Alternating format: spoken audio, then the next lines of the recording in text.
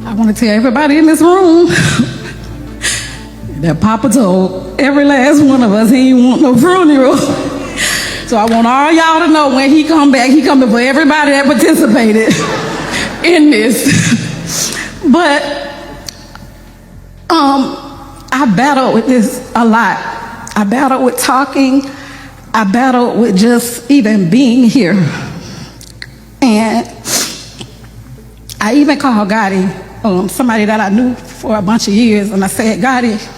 Now wait, before I go on, check out this promo. This your boy NBA King David. He back with another video, and this one right here is called I Ain't Scared of You. The link will be down in the comment section. Get in the comments and tell me what you think about this video. Up in the streets, the weak get beat and pussies get fucked. Jump in the streets and naive, the street speaks you up. You jump in the streets fresh, meet the street seats you up. And push the wrong button with percussion, it's your head get bust. This your boy Music 101, the Street Reporter, and I'm back with another video. Let's get into it. Now, since day one, when TMZ broke the news and told us that Lil Poppa was in a 1-car accident, he called his manager, told his manager came, they talked, and then whatever happened during the conversation, Lil Poppa pulled out a gun, shot himself in the head. Since day one, I told y'all the manager was a female, but for some reason, people wanted to run with the narrative that his manager was a guy. And the reason why I brought that up is because his manager spoke at his funeral today, and she addressed all the comments people were saying on social media. What did she say to him? What was the conversation? Why did he do it right after their conversation? She answered those questions, and she let the people know that Lil Poppa was having a bad morning from the jump. She told him like he had to get out of bed. She told him like, you got a show, you got people depending on you. She told him like, look, listen, everybody love you. You got to keep going. I guess he was already feeling like he wanted to be over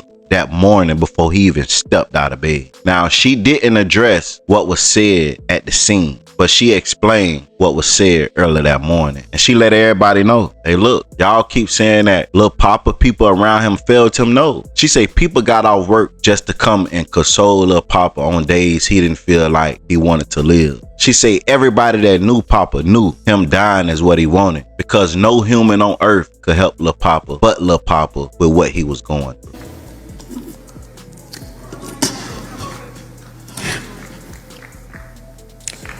And before I say anything, I want to tell everybody in this room that Poppa told every last one of us he ain't want no funeral.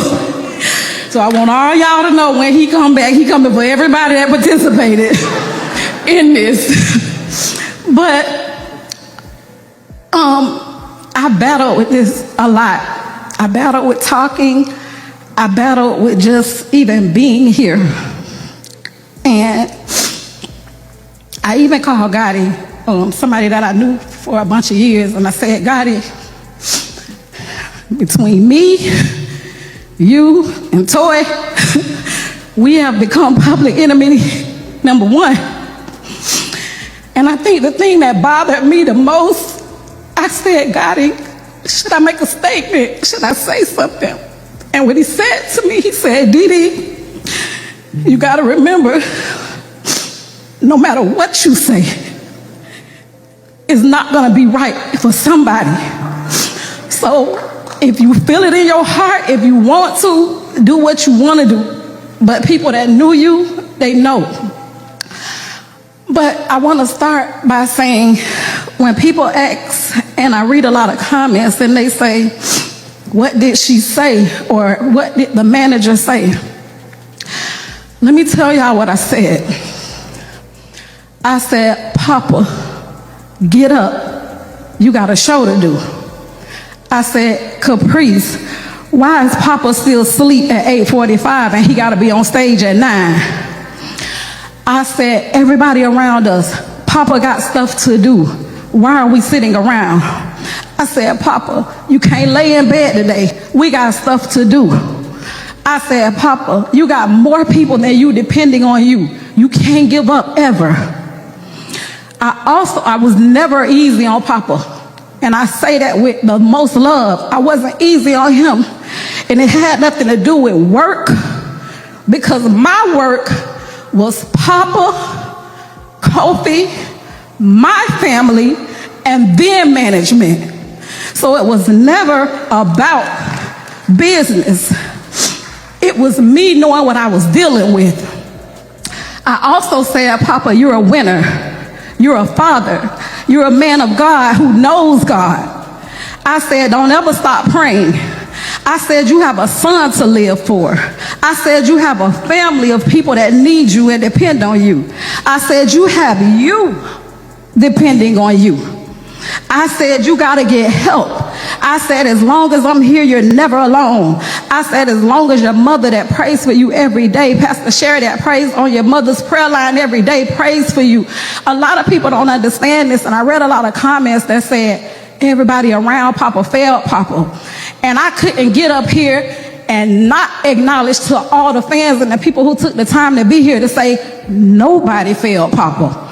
Poppa got up every morning and read his scriptures. Poppa had people praying for him every day. Poppa prayed every day. Poppa got brothers. Poppa got family. Poppa got people that stay with him and leave their jobs to sit beside Poppa every day. And that goes to anybody in here that's dealing with people, and you're dealing with people that are mentally affected. We tried to heal Poppa through love. The problem was what Poppa was battling, no human could help him with.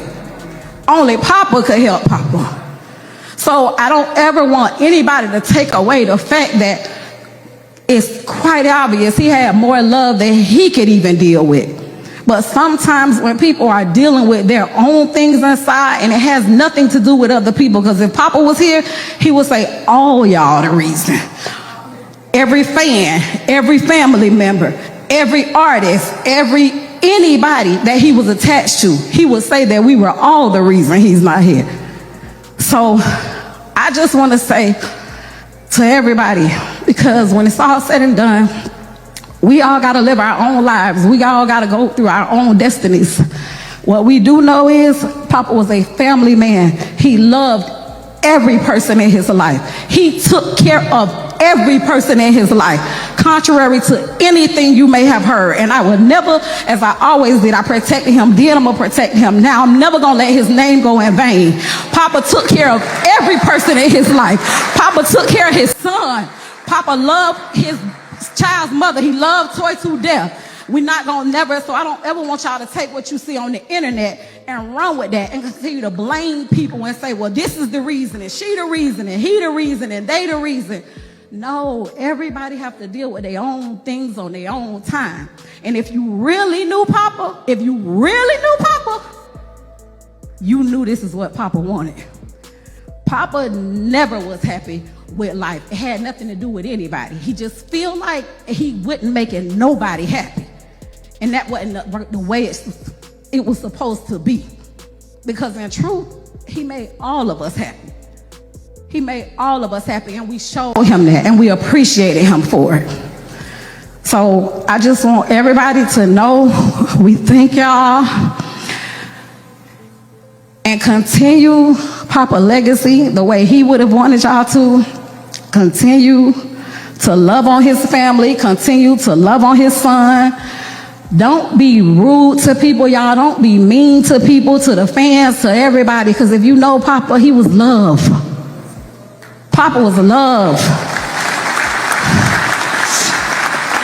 After hearing his manager speak, I have to say this. The people on the internet, the fans, y'all gotta stop blaming people for people's death. When Lil Poppa died, a lot of his fans and people on the internet pointed the finger, like she said, at the people that was around him, at her. They just knew that his family or his friends failed him. But I seen a video, Lil Poppa was about 15 years old. He was rapping saying that he was ready to die since he was 15. It's been on this man's mind since he been a young adult, since he been a teenager. Poppa was suffering from depression and sickle cell. The pain that he was dealing with his whole life programmed him to feel that he was better off dead than alive. And that's something that she spoke on too. She said everybody in this room know Poppa wanted to die. That's harsh, but it's true. Damn near every song he spoke about. But this lead up to my next topic, which is Boosie cousin Dunk. Y'all know he's a pastor now. You know, Dunk was given life in prison for murder. He beat it. And ever since Dunk came home, he changed his life. He became a pastor. And Lil Poppa only followed 3 people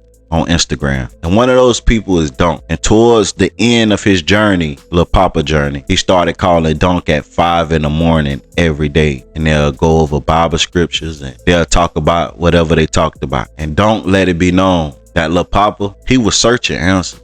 He was searching for God's word, but he also had a plan. And this was his plan, to bring everybody together and help them get closer to God. And sometimes your plan don't always involve you being alive. Sometimes it takes a person's death to make their plan complete. But check this out. Y'all get in the comments and tell me what y'all think about this whole situation. Like, comment, subscribe, turn on all post notifications. It's free. Do it for me.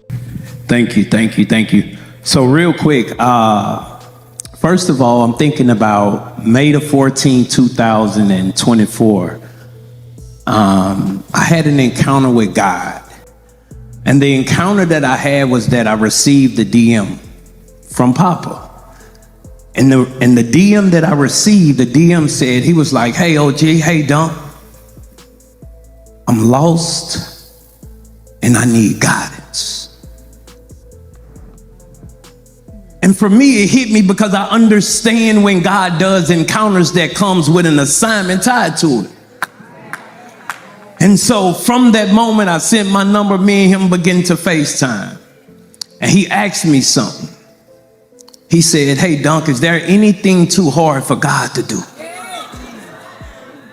He said, is there anything that I could have done that would stop God from loving me? And I chuckled. Because there's a real saying that the anointing of God on your life attracts your past, right? And so I began to see myself in this conversation, and I told him, I'm like, nah, man, like God's love is unconditional. Like it don't matter. God is not like man, but what you got to do, you got to be real with God and say, God, I need you. And so that moment on the phone, he repented of all this sin. We began to pray. And so every day at 5 in the morning, Pop will call me. Now, this is what's so special about this moment, because it was no longer his conversation about him and what he need to do. We begin to talk about people. And he said, Dunk, my whole thing, what I want to do in life is I want to let my light so shine in front of people to where they may see God in my life and they may come to God.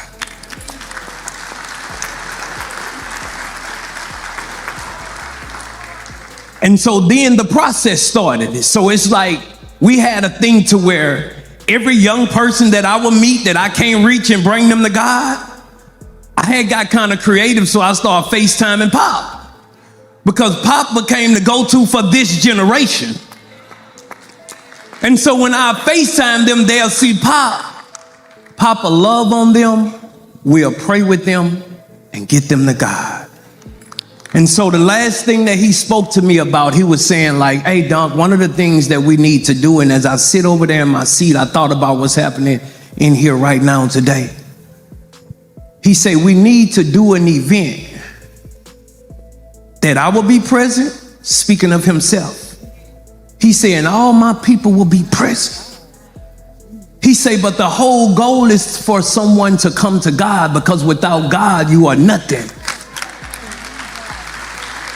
And he say, my birthday is May the 18th. He was rounding up everybody to come to Atlanta to get baptized.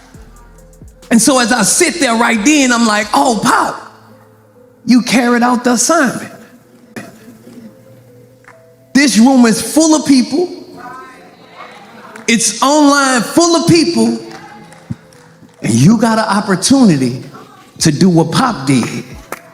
And that's come to God. And so the last video that Pop sent me, and he posted, and it says, hey, OG, hey, Dunk, you'll be proud of me. I've been reading my Bible and I've been praying. He say, after this album, I'm going find peace. And so I just want to say thank you to the family, to Mom. I gained a new family, Chevy, all of y'all. Listen to me. Don't let Poppa life go in vain, and you sitting here and you don't give God a yes. Thank you. Alert today is your boy Rock Carmichael. Rock Carmichael is a former NFL defensive back, elite trainer, and mentor to the next generation of athletes. On his YouTube channel, Rock break down real training sessions and give you pro-level coaching tips and share insightful NFL commentary you won't hear on no other YouTube channel but the 1% Network. The link will be down below. Make sure y'all tap in. Virginia Tech cornerback Rashad Carmichael was the leader of a young Hokies defense last season and one of college football's best boundary corners. Promo alert, promo alert, promo alert. Today is a rapper that go by the name Straight Up Relentless from Nashville, Tennessee. He came to apply pressure. Check out his music on all platforms. Also, make sure y'all check out his YouTube channel. He just dropped a new one and it's called Really In Me. You can put me in the jungle, but I won't crumble.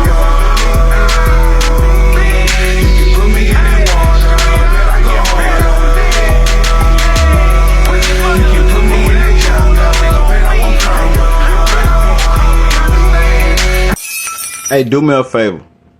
Look down right there to the bottom left and hit that like button for me. Hit that like button right there. I appreciate it. Now continue watching. Promo alert. If you need promo, DM me on Instagram at music101CEO. $30 for one promo video on my YouTube. $50 for 3 promo videos on my YouTube, $70 for 6 promo videos on my YouTube, and $130 for 12 promo videos on my YouTube channel. Make sure y'all tap in and get that promo if you want to win. Charleston White, Rick David, Bruce Cannon, coming to the ultimate. Five step, I'm the leader of this ape shit.